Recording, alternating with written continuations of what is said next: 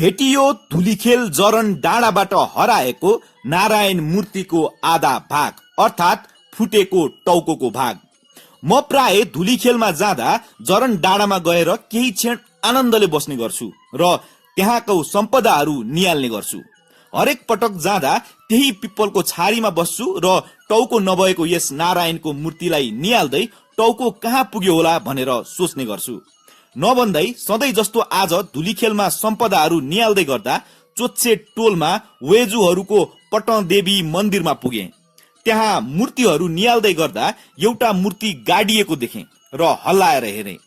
मूर्ति आधा रहेछ, त्यसपछि उखलेर हेरे, टाउको भाग मात्रै रहेछ।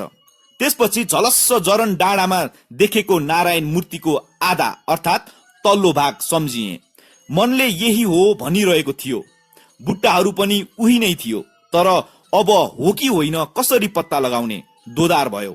अब यत्तिकै घर फर्किन मनले मानेन र त्यहीका स्थानीयहरूलाई भनेर उहाँहरूसँगै मूर्तिलाई नै बोकेर हामी जरन डाँडामा पुग्यौं।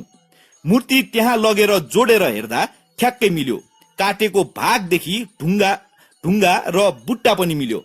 हामी खोज अध्ययन गर्नेहरूलाई यस्तो भेटिनु भनेको धेरै नै खुसीको कुरा हो।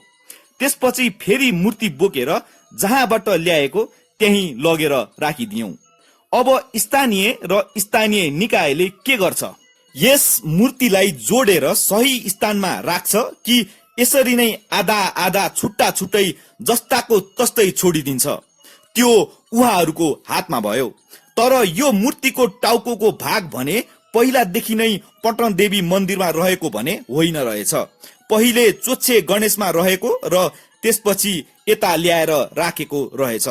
भनेपछि कति धेरै वर्षदेखि यो मूर्ति टुक्रिएर छुट्टिएर बसेको रहेछ।